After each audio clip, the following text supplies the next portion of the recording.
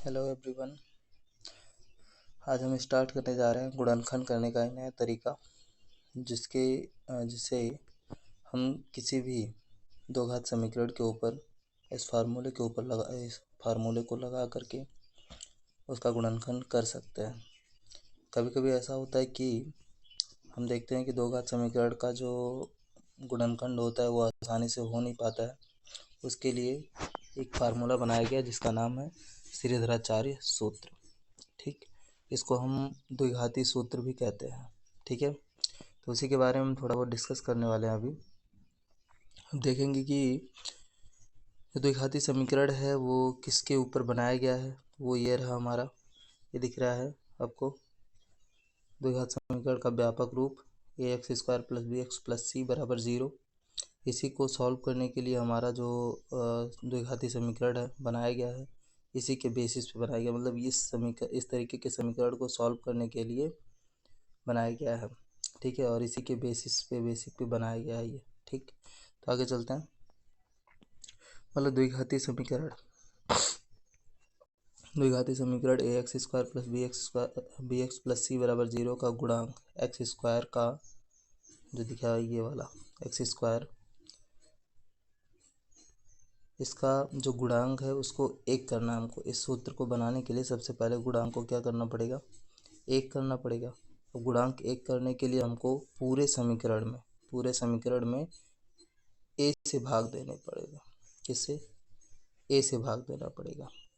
पूरे समीकरण को जब हमने a से भाग दे दिया तो हमारे देखिए ax² था, bx था, c था और 0 था। इसमें हमने सब में भाग किससे दे दिया, a से दे दिया। जब a से हमने भाग दे दिया तो अभी क्या हुआ हमारे पास, a से a कट गया, टोटल a वाला a से कट गया, क्या बचा हमारे पास x² बच गया। b से नहीं कटेगा इसलिए b/a बराबर x प्लस b/ax और प्लस में c/a बराबर में a/0 था तो ये 0 हो गया। ठीक है, आगे ये रहा। अब उसके बाद हमने देखा कि ये कुछ फार्मूले की तरह से बन रहा था, बनाना था मुझे भी। कैसे, देखिए a + b, इसका जो होल स्क्वायर होता है इस फार्मूले के रूप में हमको इसको बनाना था। ठीक है, तो हम कैसे बनाए इसको, ये चीज़ हमको ध्यान देना था। तो हम देखेंगे कि हमको पहला पद जो था वो x² के रूप में मिल गया है।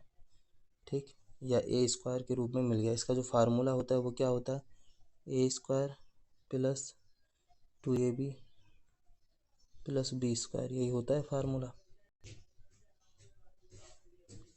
ये फार्मूला होता है हमारा। तो देखा जाए कि इसी फार्मूले को जो है हमको बनाना है, इस पूरे समीकरण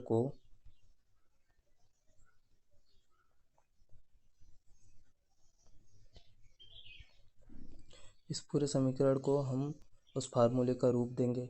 ठीक है, देखते हैं क्या होता है।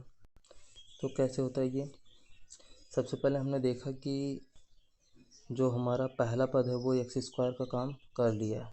ठीक, अब बीच वाला पद यानी 2ab का काम करवाना है। 2ab बनाना कैसे बनेगा, तो उसके लिए देखो हमने क्या दिया कि अंश और हर में 2 से गुणा करने पर। ठीक है, तो अंश और हर में 2 से गुणा हो गया।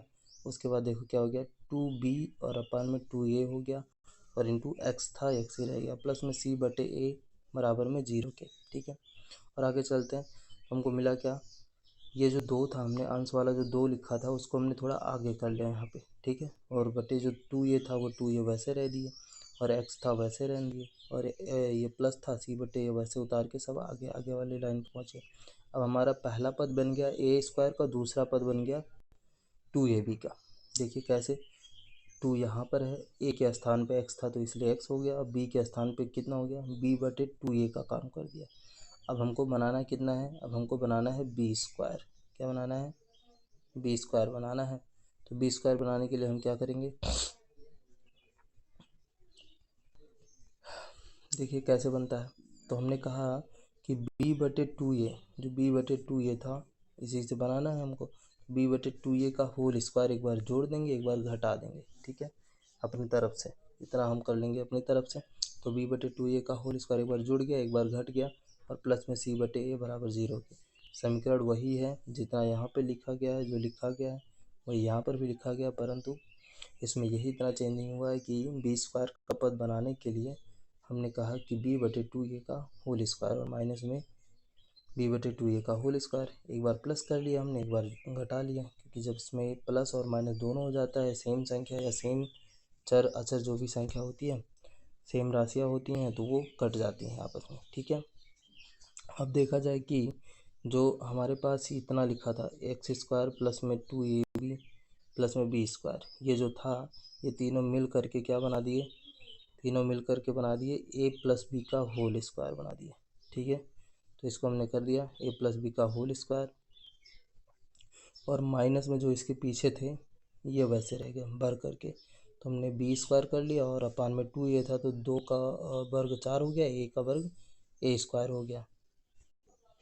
और लास्ट में हमने देखा कि c/a था तो c/a वैसे हमने रख दिया। अब जब c/a को हमने वैसे ही रख दिया, तो अब इसको देखते हैं कि ये हमारा स्क्वायर के फॉर्म में आ गया, लेकिन ये सभी वैसे हैं अभी। ठीक है, तो इनको हम क्या करते हैं, दूसरी तरफ भेज देते हैं। ये स्क्वायर वाले को रोक लेते हैं, बाकी इन दोनों को हम दूसरी तरफ भेज देते हैं। तो देखिए क्या होता है अभी। तो हमने जब इनको दोनों को भेज दिया, इन दोनों को उधर भेज दिया, तो कितना आया, इधर माइनस था, उधर जाके वो प्लस हो गया पक्षांतर करने पर, ये प्लस था, पक्षांतर करने पर क्या हो गया, माइनस हो गया। अब देखा हमने कि ये पहला वाला जो टर्म था x+2a/2a का होल स्क्वायर जो था, तो वो बराबर अब किसके हो गया, b²/4a² और माइनस में c/a के बराबर हो गया है। अब देखेंगे क्या कि इसका एलसीएम अगर हम देखते हैं तो कितना हो जाएगा, इसका एलसीएम हो जाएगा 4a²। फिर उसके पश्चात जब देखेंगे, पहले इसके हर से जब इसमें हर में भाग दिया गया तो कुछ नहीं बचा, तो अर्थात अंश को हम कुछ नहीं लिखेंगे, डायरेक्टली ऐसे लगा देंगे। ठीक है, जैसे था b² वैसे है कि वैसे, चिन्ह था माइनस तो माइनस लगा दिया हमने। a से 4a² में जब डिवाइड दिया हमने तो 4a आया, कितना आया, 4a आ गया। 4a का गुणा जब हमने c के साथ किया तो वो कितना हो गया, 4ac हो गया। अब देखते हैं कि अगर कहीं किसी तरफ स्क्वायर लगा होता है, एक पक्ष में स्क्वायर लगा और दूसरी तरफ एक कॉमन संख्या लिखी गई होती है, तो क्या होता है कि दूसरे पक्ष का वर्गमूल निकल जाता है। क्या निकलता है, वर्गमूल निकल जाता है। जब वर्गमूल निकलता है तो हम देखेंगे कि x+b/2a बराबर कितना हो गया, अंडर रूट के अंदर b² - 4ac हो गया। ठीक है, b² - 4ac हो गया, अपान में 4a² हो गया था। ठीक, अब देखें कि जब वर्गमूल जो होता है उसको वर्गमूल निकाला जा सकता है कि नहीं निकाल सकते हम इस संख्या का, तो हमने देखा कि वर्गमूल इसका हम निकाल सकते हैं। नीचे अंश वाले का तो वर्गमूल नहीं निकलेगा, लेकिन हर वाले का वर्गमूल निकल जाएगा। ठीक, जब निकल जाएगा तो हमने देखा ठीक है, काम आगे करते हैं अभी। तो b² - 4ac को वैसे ही रहने दिया हमने, और अपान जो 4a² था उसको हमने वर्गमूल निकाल के क्या कर दिया, 2a कर दिया। और जब 2a कर दिया तो वर्गमूल निकलते ही आपको पता है कि दो चिन्ह आते हैं, एक प्लस का एक माइनस का, दोनों चिन्ह आ जाते हैं। ठीक है, तो जब एक प्लस का एक माइनस का चिन्ह आ गया, अब एक तरफ हमने देखा x+b/2a था, बराबर में plus minus under root b² - 4ac/2a था। ठीक है,